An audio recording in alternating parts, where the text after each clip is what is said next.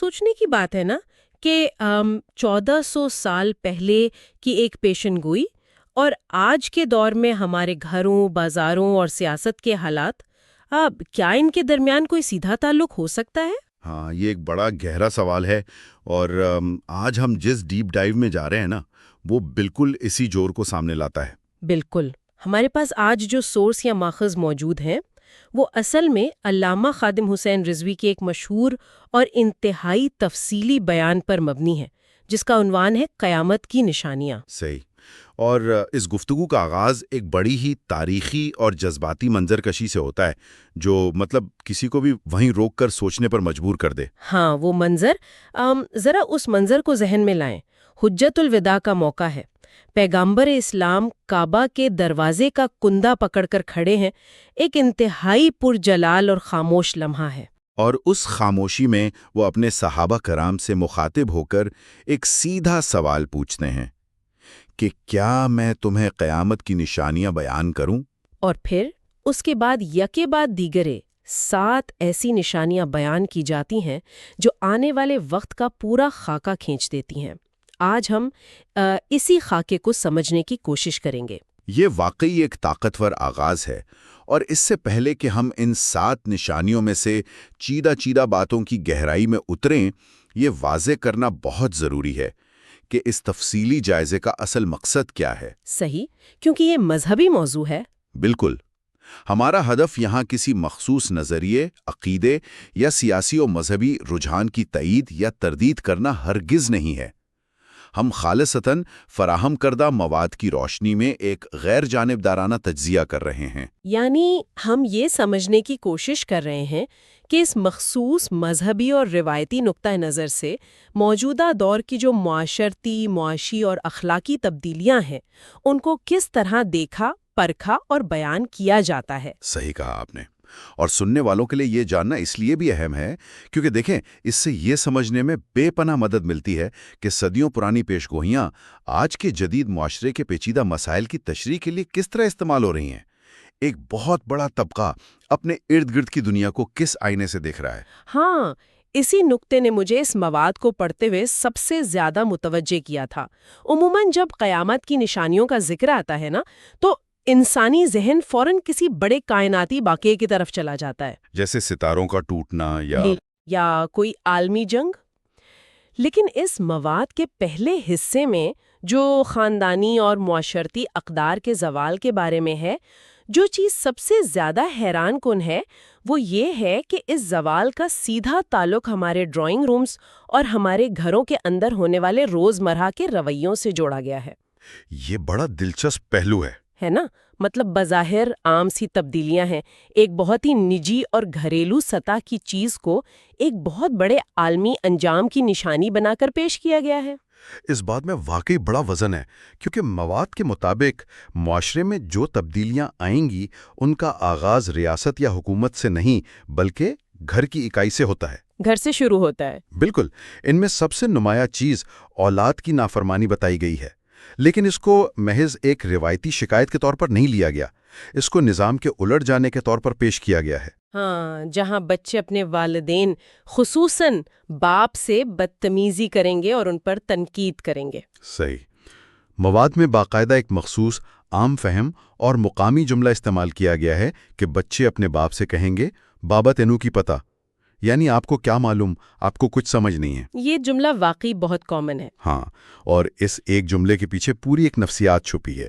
یہ صرف بدتمیزی نہیں ہے، یہ دراصل نسلوں کے درمیان بڑھتے ہوئے اس فاصلے اور پرانی نسل کے علم اور تجربے کو یکسر مسترد کر دینے کی علامت ہے، اور اس مذہبی تناظر میں اسے تباہی کا نقطۂ آغاز سمجھا گیا ہے۔ یہ سچ میں بڑا گہرا اثر رکھتا ہے، کیونکہ یہ معاشرے کے ہر دوسرے گھر کی کہانی محسوس ہوتا ہے، اور یہ خاندانی ٹوٹ پھوٹ صرف بچوں اور والدین کے رشتے تک محدود نہیں رہتی۔ بالکل، آگے ازدواجی رشتوں کی بات آتی ہے۔ ہاں، مواد میں ازدواجی رشتوں اور طلاق کے معاملے پر جو بات کی گئی ہے وہ اس سے بھی زیادہ چونکا دینے والی ہے۔ یہاں صرف رشتے ٹوٹنے کا ماتم نہیں ہے، بلکہ شریعت کے احکامات کے ساتھ خلوار کرنے کی نشاندہی کی گئی ہے۔ یہ وہ حصہ ہے جہاں حلال اور حرام کا فرق مٹنے لگتا ہے۔ صحیح کہا۔ یہ بتایا گیا ہے کہ لوگ حلال اور حرام کے درمیان تمیز کو بالکل ختم کر دیں گے اور اپنی مرضی سے حرام کو حلال بنا لیں گے۔ اس کی جو مخصوص مثال دی گئی ہے وہ ہمارے معاشرتی رویوں کا ایک بہت تاریک پہلو دکھاتی ہے۔ وہی جو غصے میں طلاق والی مثال ہے۔ ہاں، مواد کے مطابق لوگ انتہائی غصے میں آ کر ایک ہی وقت میں 3 طلاقیں دے دیں گے، اور پھر جب غصہ اترے گا تو محض 7 مسکینوں کو کھانا کھلا کر اسے کفارے کے طور پر استعمال کریں گے اور اپنی بیویوں کو دوبارہ اپنے پاس بٹھا لیں گے۔ اور مواد اس بات پر بڑا زور دیتا ہے کہ 90% لوگ ان حدود کو پھلانگنے سے باز نہیں آئیں گے۔ یہ دراصل دین کو اپنی سہولت کے مطابق توڑنے مروڑنے کی طرف ایک بہت بڑا اشارہ ہے۔ بالکل، دین کو اپنی سہولت کے مطابق ڈھال لینے کا یہ رویہ دراصل اس بڑے بحران کا حصہ ہے جسے ہم اجتماعی دیانتداری کا زوال کہہ سکتے ہیں۔ صحیح۔ اگر ہم اس خاندانی بے ایمانی کو وسیع تر معاشرتی تناظر سے جوڑیں تو مواد میں واضح طور پر امانتوں کے ضائع ہونے کا ذکر ملتا ہے۔ لوگ ایک دوسرے کی امانتوں میں خیانت کرنا شروع کر دیں گے۔ اور اس کے ساتھ ہی معاشرتی جرات کی ایک اور علامت یعنی سلام کے بارے میں جو نشانی بتائی گئی ہے وہ تو سماجیت کے طالب علموں کے لیے بڑا دلچسپ پہلو ہے۔ ہاں، اس میں کہا گیا ہے کہ سلام کا رواج انتہائی محدود ہو جائے گا۔ لوگ صرف جان پہچان یا معرفت کی بنیاد پر سلام کریں گے، جو کہ بنیادی اصول کے ہی خلاف ہے۔ بالکل۔ اسلام میں کسی اجنبی کو سلام کرنا محض ایک رسم نہیں ہے، یہ معاشرے میں سلامتی، برابری اور اعتماد قائم کرنے کا ایک ذریعہ ہے۔ جب لوگ صرف اپنے مفاد یا اپنی پہچان والے کو سلام کریں گے تو اس کا مطلب ہے کہ معاشرے سے وہ بے لوث بھائی چارہ اور اجنبیوں پر اعتماد ختم ہو چکا ہے۔ پھر تو ہر شخص ایک دوسرے سے کٹا ہوا اور تنہا محسوس کرے گا۔ صحیح، ہر کوئی مشکوک نظر آئے گا۔ یہ معاشرتی اور اخلاقی تنہائی واقعی خوفناک تصویر پیش کرتی ہے۔ لیکن جب ہم اس معاد میں مزید آگے بڑھتے ہیں تو یہ زوال صرف گھر کی 4 دیواری یا گلی محلے تک محدود نہیں رہتا۔ نہیں، یہ بالکل اوپر تک جاتا ہے۔ یہ ان جگہوں تک پہنچ جاتا ہے جنہیں اس زوال کو روکنے کا مرکز ہونا چاہیے تھا۔ معاد کے دوسرے حصے میں دین کا دنیاوی مقاصد کے لیے استعمال اور علماء کے کردار پر جو بحث کی گئی ہے وہ ایک بہت ہی تلخ اور قدر متضاد حقیقت کو عیاں کرتی ہے۔ مسجدوں کے حوالے سے ہاں، ایک طرف تو یہ خاکہ پیش کیا گیا ہے کہ مساجد ظاہری طور پر بہت شاندار اور خوبصورت ہوں گی، ان کی تعمیرات پر بے تحاشا پیسہ خرچ کیا جائے گا، لیکن دوسری طرف ان میں وہ حقیقی روحانی رہنمائی اور حق بات کہنے کا رواج بالکل ناپید ہو جائے گا۔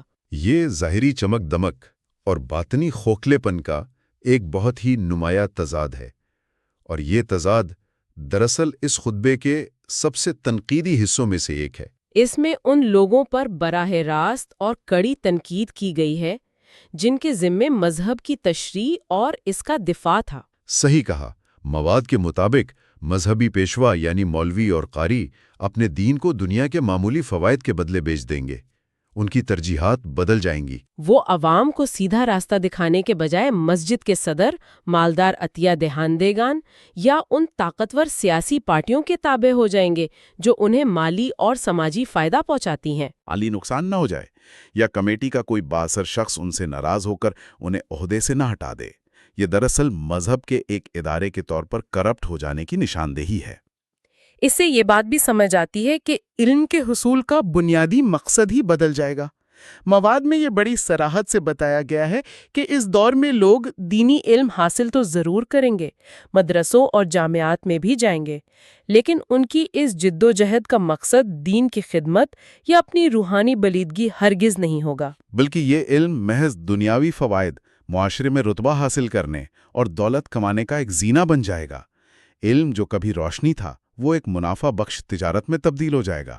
ویسے اسی انحطاط اور زوال کو ناپنے کے لیے مواد میں تاریخ کا ایک انتہائی یادگار اور گہرا واقعہ تفصیل کے ساتھ بیان کیا گیا ہے جو عبداللہ بن مبارک سے منسوب ہے۔ یہ واقعہ اس پورے بیان کی جان محسوس ہوتا ہے ویسے۔ صحیح، کیونکہ یہ ہمیں بتاتا ہے کہ جس سوال کی ہم بات کر رہے ہیں اس کا موازنہ کس معیار سے کیا جا رہا ہے۔ واقعے کے مطابق عبداللہ بن مبارک سے کسی نے ایک بہت ہی مشکل سوال پوچھا کہ خلیفہ عمر بن عبدالعزیز زیادہ افضل ہے یا صحابی رسول امیر معاویہ؟ اب اس واقعے کی پوری اہمیت کو سمجھنے کے لیے سننے والوں کے ذہن میں یہ خاکہ ہونا چاہیے کہ بیان میں عمر بن عبدالعزیز کے دور حکومت کی بے مثال عدل و انصاف کی مثالیں دی گئی ہیں۔ ہاں، بتایا گیا ہے کہ ان کے دور میں اس قدر معاشی اور سماجی انصاف تھا کہ جنگل کا شیر اور بکری ایک ہی گھاٹ پر سکون سے پانی پیتے تھے۔ اور ریاست میں کوئی ایک شخص بھی زکوٰۃ لینے والا نہیں ملتا تھا، دولت واپس آ جاتی تھی۔ واقعی یہ ایک ایسے یوٹوپیا یا مثالی معاشرے کی تصویر ہے جس کا خواب ہر دور کا انسان دیکھتا ہے۔ اتنی شاندار اور بے داغ حکمرانی جس میں معاشی اور معاشرتی انصاف اپنی انتہا پر ہو۔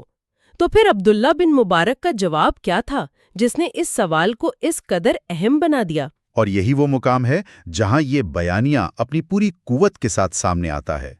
عبداللہ بن مبارک نے عمر